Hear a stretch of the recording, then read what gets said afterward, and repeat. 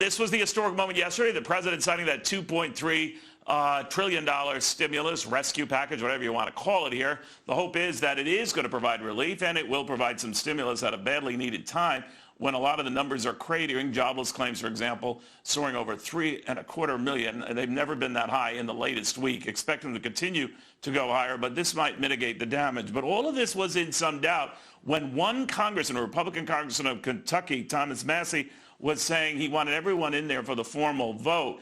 He's been a long critic of government runaway spending, but it got everyone united against him, saying, Nancy Pelosi of him, that he's a dangerous nuisance, and no less than the President of the United States, that he was grandstanding and should be thrown out of the Republican Party. The congressman joins us right now, Tom Massie. Congressman, welcome. Hey, thanks for having me on, Neil. You know, if Pelosi just considered me a nuisance, I would be offended, but she called me a dangerous nuisance. So that gives me some credibility, I hope. And I don't think I should be thrown out of the party. I represent the planks of the Republican platform more faithfully than any other Republican, virtually any other Republican in Washington, D.C. But let me tell you what got me in hot water this week. I was watching this bill progress through the Senate, and I told my staff I need to know two things: what's in the bill and when are we going to vote on it? And I realized Tuesday night there was a plan in the House just to pass this by unanimous consent. In fact, the whip team sent out an email and told people, you can stay home. We'll just pass this by a voice vote. And that's when I jumped in a car and I drove to D.C. because it's not constitutional to do any legislative business without at least half of the members of Congress present. And I also thought if we're going to pass the biggest bill, the biggest spending bill in the history of mankind, that people should go on record for this. And so I came to D.C. They said, you know, Congressman Massie, if you ask for this vote on Friday, it'll delay it to Saturday. I said, well, I'm telling you I'm going to ask for it on Friday, so tell people to come here on Thursday. And so ultimately the bill was not delayed. I forced the members of Congress to come to work, at least half of them. And I sort of joked I was able to make them come to work, but I couldn't make them work because ultimately, even though they got a quorum there, they did something I've never seen in 8 years. They refused to take a recorded vote. And that tells you what this was all about. They're all trying to dodge accountability. Well, I think to a man or woman, they overwhelmingly were supportive of it, even those who were critical of the spending, because they had felt an obligation to do something. Do you feel that given the fact, Congressman, the two House members have already tested positive for the coronavirus, we already have a U.S. Senator recuperating as well, Rand Paul, that you risk their help to make this point? You know, I heard that argument. The ironic thing is the congressmen have their health care paid for by the taxpayers, and it's a pretty good health care package. And what's even more ironic is all of these congressmen expect the truckers to go to work. They expect the grocery store baggers to go to work. They expect the UPS guy to bring their Amazon packages, but they don't think they should have to go to work.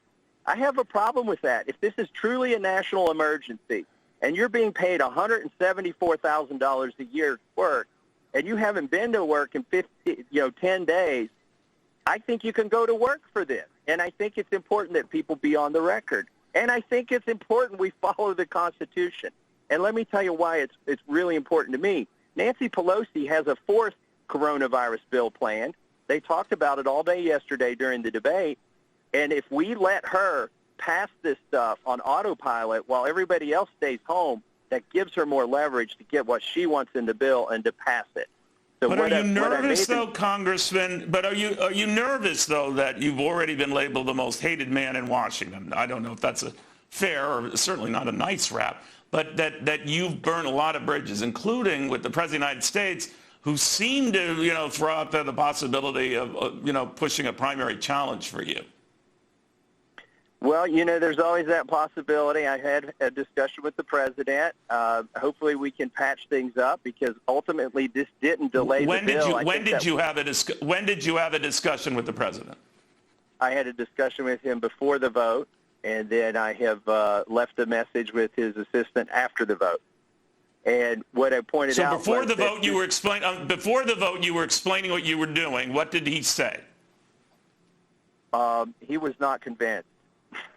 But to be honest, Neil, I don't think you understood the parliamentary process I was undertaking and the fact that it would not delay the vote. The vote was not delayed. The only thing that was different between what reality would have been if Congressman Thomas Massie wasn't there is I made them come to work. I made the members of Congress come to work.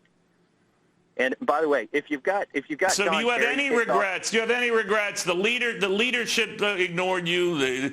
The Republican leadership ignored you. The president ripped you. Do you feel kind of like Custer now? I feel like a speed bump that's been run over by 400 sets of tires in Washington D.C. but when I get home, they really appreciate the fact that I stood up for the Constitution and I didn't let these folks shirk their responsibility.